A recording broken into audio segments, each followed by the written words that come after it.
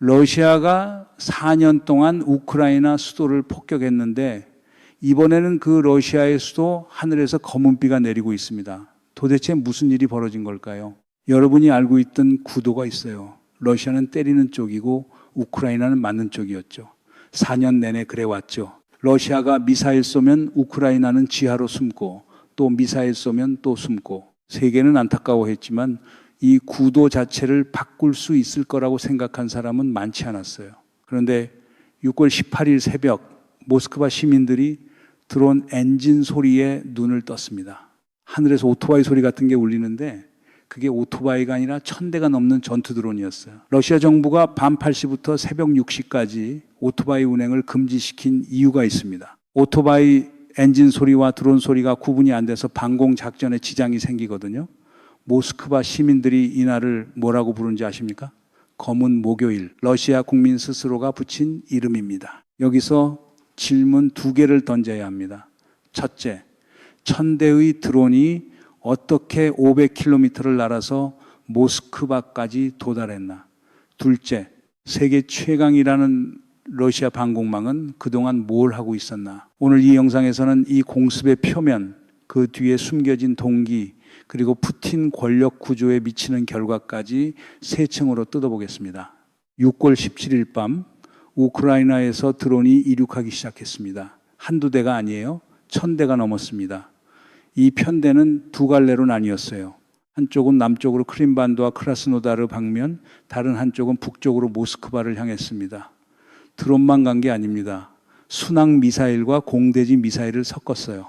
공격 궤적도를 보면 빨간 점이 드론, 파란 점이 순항 미사일, 초록색이 공대지 미사일인데 모스크바 방면으로 향한 점들만 1000개를 넘깁니다. 중간에 브란스크주 같은 곳에서 요격당하는 것도 있지만 살아서 모스크바까지 도달한 드론이 수백 대예요. 비행 궤적이 모스크바 서쪽에서 북쪽까지 넓게 퍼져 있는데 그 북쪽 끝에 뭐가 있는지 아십니까? 발다이 별장, 푸틴이 내연녀와 함께 머무는 곳이에요.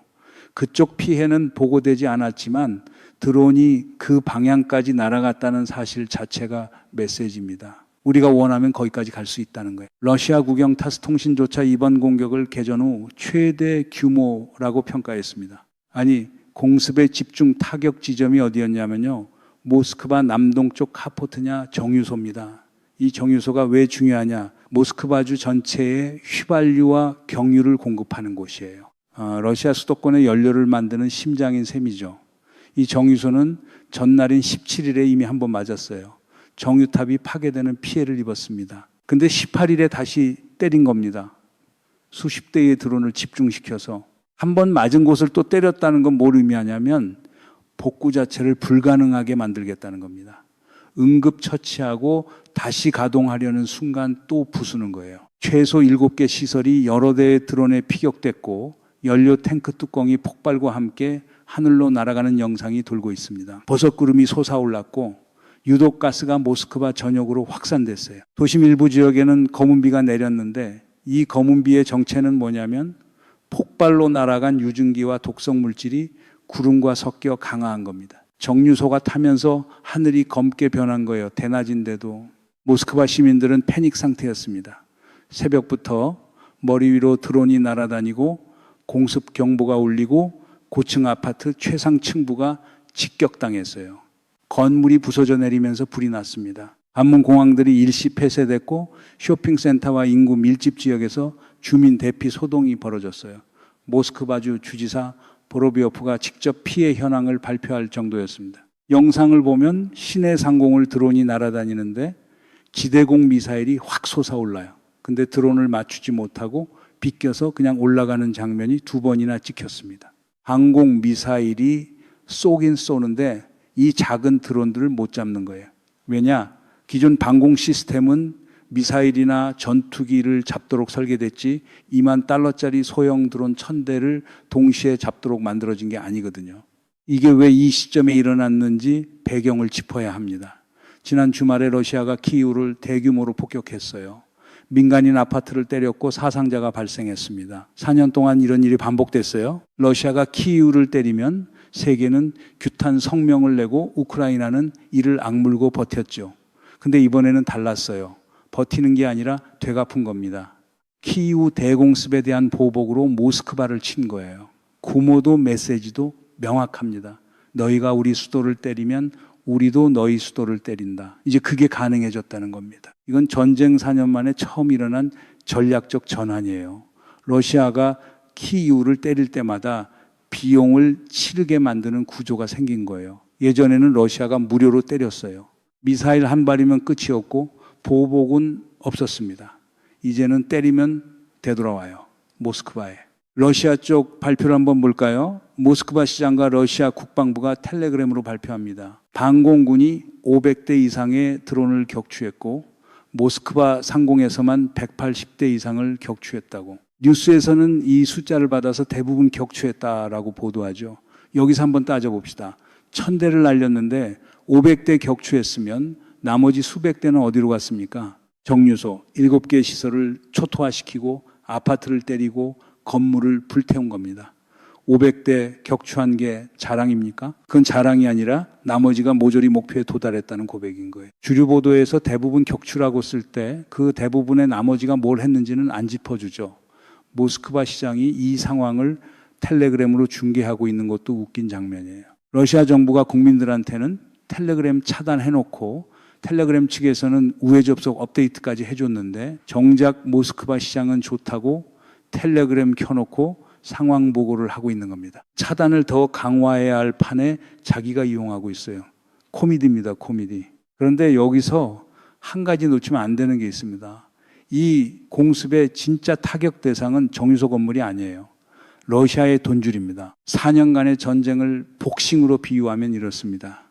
우크라이나는 코너에 몰려서 가드만 올리고 고개를 숙인 채 버티고만 있었어요. 러시아가 일방적으로 안면을 때렸습니다. 키이우를 폭격하고 에너지 인프라를 부수고 민간인 아파트를 때렸어요. 세계가 보고 있었지만 우크라이나는 반격할 체력이 없었습니다. 그런데 이제 달라졌어요. 서방의 지원이 쌓이고 유럽이 무기 생산을 확대하고 트럼프 행정부까지 우크라이나와 유럽의 미국제 무기 면허 생산을 허가하는 방향으로 돌아섰어요. 패트리어트 계열 방공 무기도 면허 생산 협의가 진행 중입니다. 동시에 러시아는 체력이 빠지고 있어요. 이 세 가지가 겹치면서 우크라이나가 드디어 고개를 들고 펀치를 날리기 시작한 겁니다. 러시아가 키이우의 턱을 때리면 우크라이나도 모스크바의 턱을 때려요. 같은 자리에 같은 강도로. 그동안은 복부나 겨우 때렸는데 이제는 안면을 정확히 가격하는 단계로 넘어온 거예요. 이 공습이 러시아에게 진짜 치명적인 이유가 따로 있습니다. 비용 구조를 들여다보면요. 우크라이나가 이번에 쓴 FPV 드론과 장거리 공격 드론 대당 원가가 대략 이만해서 5만 달러 수준이에요. 1000대를 만들어서 보내도 총 비용이 수천만 달러 선입니다. 이걸 잡으려면 러시아는 어떻게 해야 하냐? 한 발에 수백만 달러짜리 방공 미사일을 쏴야 해요. 드론 한 대 잡는데 드론 원가의 수십 배를 써야 하는 구조입니다. 잡아도 믿지는 장사예요. 못 잡으면 수십억 달러 가치의 정유소가 타고요. 딱 아랫돌 빼서 윗돌 괴는 꼴이에요. 미사일 아끼면 인프라가 무너지고 미사일 쓰면 재고가 바닥나는 구조. 그리고 우크라이나는 내일 또 1000대를 만들어서 보낼 수 있어요. 드론 공장은 분산돼 있고 부품은 싸고 생산 속도는 빠릅니다. 러시아 방공 미사일은 공장 하나에서 느리게 만들어지는데 상대가 보내는 드론은 매일 수백 대씩 쏟아지는 거예요. 이건 개판이에요, 솔직히. 1000대가 날아오는데 수도 심장부가 뚫리는 방공 체계란이에요. 여러분 이거 한번 보세요. 모스크바에서 상트페테르부르크 가는 고속도로 휴게소, 주유소에 줄선 차량들. 가도 끝이 없는 행렬이에요. 가포트냐 정유소가 모스크바주 전체에 기름을 공급하던 곳이었는데 그게 초토화됐으니까 기름이 없는 거예요. 정유시설이 파괴되면 복구에 최소 몇 달이 걸립니다. 정밀 장비를 교체해야 하는데 서방 제재 때문에 부품 수입도 막혀 있어요. 더 충격적인 건 크림반도 세바스토폴 상황입니다. 주유소에 기름 넣으려고 차 시동을 끄고 밀고 가고 있어요. 행렬이 워낙 기니까 시동 걸어놓고 기다리면 그 기름마저 다 타버리거든요. 시동 끄고 차를 손으로 밀면서 줄을 서야 할 정도로 기름이 없다는 겁니다. 러시아 민생이 박살나고 있는 거예요. 잠깐만요. 이거 짚고 넘어가야 합니다. 지금 벌어지고 있는 일은 단순히 우크라이나가 러시아를 때린 게 아닙니다. 전쟁의 문법 자체가 바뀌고 있는 거예요. 예전에는 수도를 공격하려면 전략 폭격기가 필요했어요. 스텔스기나 순항 미사일 같은 한 발에 수백만 달러짜리 무기가 있어야 했습니다. 공군력이 약한 나라는 상대 수도를 때린다는 건 상상도 못했어요. 지금은 어때요? 2만 달러짜리 드론 1000대가 전략 폭격기 편대가 하는 일을 하고 있어요. 그것도 500km를 날아서 이건 군사교과서를 다시 써야 하는 사건이에요. 아무리 비싼 방공 체계를 갖추고 있어도 싸구려 드론 수백 대가 동시에 들어오면 수학적으로 막을 수가 없는 거예요. 방공미사일 재고는 유한하고 드론은 거의 무한으로 찍어낼 수 있으니까 이 구조를 보고 있으면 전 세계 군사 전문가들이 왜 조용한지 이해가 됩니다. 공식 브리핑에서 이 숫자를 짚은 적 있습니까? 없어요. 왜 없을까요? 인정하면 자기네 방공체계도 같은 취약점을 가지고 있다는 걸 인정해야 하니까요. 이거 웃을 일이 아닙니다. 모스크바에서 일어난 일이 내일 다른 나라의 수도에서도 일어날 수 있다는 뜻이거든요. 문제는 여기서부터입니다.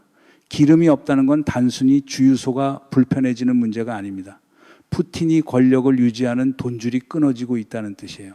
푸틴의 권력이 어떻게 유지되는지 그 순환 구조를 들여다보면 이렇습니다. 석유와 천연가스를 수출해서 돈을 법니다. 그 돈을 올리가르이, 그러니까 푸틴과 결탁한 재벌들에게 이권으로 나눠줘요. 올리가르이는 이권에서 나오는 수익 일부를 다시 실로비키에게 뿌립니다. 실로비키가 뭐냐면 제복 입은 충성파들이에요. 군 장성, 정보기관 수장, 치안 책임자, 이 사람들한테 돈이 돌아가야 체제가 유지되는 구조입니다. 충성을 돈으로 사는 거예요. 이 순환의 입구가 에너지 수출인데 지금 그 입구에 불이 붙어 있어요. 국제 유가 상한제로 가격은 제한됐고 서방 제재로 수출 경로는 좁아졌고 거기다 정유시설까지 반복적으로 파괴되고 있습니다. 17일에 한 번 맞고 18일에 또 맞으면 복구해서 재가동하는 게 가능합니까? 돈이 안 들어오면 이권을 나눠줄 게 없고 이권이 없으면 충성을 살 수 없어요. 충성이 사라지면 뭐가 남습니까? 이미 징후가 보이고 있어요. 러시아 중앙은행이 기준금리를 21%까지 올렸다는 사실 알고 계십니까? 인플레이션이 그만큼 심각하다는 뜻이에요. 서방 제재 이후 러시아 루블의 구매력은 계속 떨어지고 있고 물가는 올라가고 있습니다. 거기다 전쟁 비용은 늘어만 가고 올리가르이들 입장에서 보세요. 이권은 줄고 리스크는 커지고 전쟁은 끝나지 않아요. 이 구조에서 언제까지 푸틴에게 충성할까요? NATO가 최근 추정한 러시아군 사상자 숫자가 있어요. 140만 명 이상. 이거 우크라이나 총참모부 집계인 133만 8천 명보다 많습니다. 유럽 매체 유로피안 프라우다가 보도했는데 네이토 자체 분석으로도 140만이 넘는다는 거예요. 이 숫자를 한번 실감해 봅시다. 140만이면 웬만한 도시 하나가 사라진 규모예요. 바흐무트 서쪽 12km 지점에서는 지금도 러시아가 고기방패 방식의 보병전을 벌이고 있어요. 말 그대로 사람을 앞세워서 걸어가게 하는 겁니다. 하루 사상자가 1000명을 넘고 어제 하루만 370명이라는 전과가 발표됐습니다. 포 471문 격파, 차량 431대 파괴. 이 속도면 한 달에 4만 명이에요. 근데 이 숫자에 진짜 의미를 풀어주는 분석은 거의 없어요. 사상자 수 자체가 중요한 게 아닙니다. 그 숫자 하나하나가 푸틴의 지갑에서 빠져나가는 돈이에요. 전사자 유족 보상금, 부상자 의료비, 신규 병력 충원 비용, 장비 보충비. 러시아가 전사자 한 명당 지급하는 보상금이 수천만 루블이에요. 140만 사상자면 그 재정 부담이 어마어마한 겁니다. 동시에 에너지 인프라는 불타고 석유 수출은 줄고 전쟁 비용은 늘고 있어요. 세 줄기가 동시에 터지고 있는 겁니다. 한 집 건너 전사자가 나오고 한 집 건너 영구 장애를 안게 된 부상자가 있고 거기다 이제 도시까지 불타고 있으니까 러시아 시민들 머릿속에서 지금 세 단계 변화가 일어나고 있습니다. 첫 번째는 우크라이나에 대한 분노예요. 왜 우리를 때리냐? 당연한 반응이죠. 아파트가 부서지고 불타면 처음에는 때린 쪽을 욕합니다. 근데 그 다음 단계가 옵니다. 성찰이에요. 도대체 왜 이런 공격이 오는 거야? 명분 없는 전쟁을 4년째 하고 있잖아. 우리 러시아와 상대도 안 된다던 우크라이나라는 나라가 4년 동안 두들겨 맞으면서도 체력을 키워서 지금 우리 수도를 때리고 있어. 그리고 세 번째 단계, 전쟁 왜 했어? 지금 잘하고 있는 거야? 왜 이따위밖에 못해? 여기까지 오면 분노의 방향이 바뀝니다. 우크라이나가 아니라 푸틴을 향하기 시작해요. 그동안은 남의 일이었거든요. 전선은 먼 곳에 있었고 모스크바는 안전했고 전쟁은 텔레비전 속 얘기였어요. 근데 이제 드론이 내 머리 위로 날아오고 내 아파트가 맞고 주유소에 기름이 없어요. 남의 일이 내 일이 돼버린 겁니다. 이거 역사에서 본 적 있는 패턴이에요. 소련이 아프가니스탄에서 10년 전쟁을 했을 때 처음에는 소련 국민들도 관심이 없었어요. 먼 곳의 전쟁이었으니까. 근데 아연관에 넣어오는 아들들이 늘어나고 물가가 오르고 생활이 팍팍해지니까 여론이 돌아선 거예요. 지금 러시아에서 벌어지고 있는 일이 정확히 그 궤적입니다. 한 집 건너 전사자, 한 집 건너 부상자. 거기다 이제 모스크바 하늘에서 드론이 날아다니고 기름이 없어요. 아프가니스탄 전쟁이 소련 해체의 촉매 중 하나였다는 건 역사 교과서에 나오는 얘기입니다. 겉으로 보면 러시아는 여전히 거대합니다. 핵도 있고 영토도 넓고 군대 숫자도 크죠. 근데 들여다보면 피가 흐르고 있어요. 돈이 새고 병력이 높고 에너지 인프라가 부서지고 있습니다. 거대한 황소가 링 위에서 버티고 있는 것 같지만 링 바닥에 피가 고이고 있는 거예요. 그리고 이 출혈을 멈출 수 있는 방법이 지금 러시아한테 없습니다. 드론은 내일 또 오고 모레 또 오거든요. 항공망이 뚫린 게 아닙니다. 전쟁을 유지하는 돈줄이 불타고 있는 겁니다. 처음에 질문했습니다. 모스크바 하늘에서 왜 검은 비가 내리는가? 이제 답이 보이시죠? 저건 비가 아닙니다. 러시아의 전쟁 경제가 증발하면서 올라간 연기예요. 석유가 타면서 하늘로 올라가고 구름과 섞여서 검은 빗방울이 되어 모스크바 시민들 머리 위로 떨어지고 있는 겁니다. 4년 전 러시아가 첫 미사일을 쏠 때 이 장면을 상상한 사람이 있었을까요? 모스크바 시민들이 하늘에서 떨어지는 검은 기름 방울을 보면서 전쟁의 대가를 실감하는 이 장면을 젤렌스키 대통령이 뭐라고 했는지 기억하시죠? 다음에 평화협정 서명할 때 푸틴이 아닌 다른 사람이 할 수도 있다고 많은 사람들이 이걸 외교적 허풍이라고 봤어요. 근데 지금 보이는 구조를 따라가 보면 이게 허풍이 아니라 메커니즘이에요. 에너지 수출이 막히면 올리가르히한테 나눠줄 이권이 없고 이권이 없으면 실로비키한테 돌아갈 돈이 없고 돈이 없으면 충성이 없고 충성이 없으면 권력이 없어요. 이 사슬의 첫 번째 고리가 지금 모스크바 하늘 아래서 타오르고 있습니다. 푸틴이 교체된다는 게 쿠데타 같은 극적인 사건을 말하는 게 아니에요. 돈이 마르면 체제 내부에서 자연스럽게 다른 인물이 떠오르는 구조가 있거든요. 역사는 그렇게 반복돼 왔습니다. 전쟁 비용 구조를 한번 비교해 보세요. 우크라이나 쪽은 유럽이 전쟁 비용을 대주고 있어요. 미국도 우크라이나와 유럽의 패트리어트 계열 방공 무기를 포함한 미국제 무기 면허 생산까지 허가하는 방향으로 돌아섰습니다. 무기 공급이 더 늘어나는 구조로 가고 있어요. 근데 러시아는요, 자기 돈으로 자기 전쟁을 치러야 합니다. 석유 가격은 제한됐고 수출 경로는 좁아졌고 정유소는 계속 폭발하고 있어요. 한쪽은 후원자가 돈을 대주는데 다른 쪽은 지갑 자체가 불타고 있는 겁니다. 이 비대칭이 시간이 갈수록 벌어지고 있어요. 물론 러시아는 여전히 핵을 가지고 있고 푸틴은 건재해 보입니다. 끝난 것처럼 보이지는 않죠. 근데 기억하세요. 4년 전에는 우크라이나가 3일 안에 함락된다고 했습니다. 3일이면 키이우가 떨어지고 젤렌스키는 도망가고 러시아 깃발이 꽂힌다고 했어요.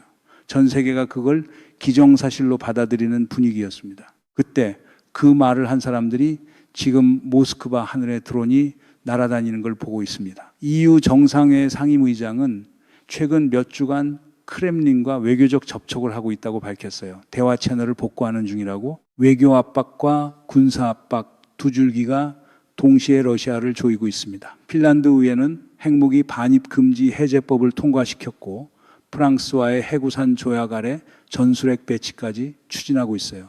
러시아를 둘러싼 안보 환경 자체가 4년 전과 완전히 달라진 겁니다. 러시아가 지금 직면한 건 군사적 패배가 아닙니다. 전쟁을 계속할 수 있느냐 없느냐의 문제예요. 그리고 그 답을 결정하는 건 전선의 병사가 아니라 지금 불타고 있는 저 정유소입니다. 4년 만에 판이 뒤집혔고 이건 끝이 아니라 시작이에요. 이 구도가 어디로 흘러가는지 계속 추적하겠습니다. 구독과 알림 설정 부탁드립니다.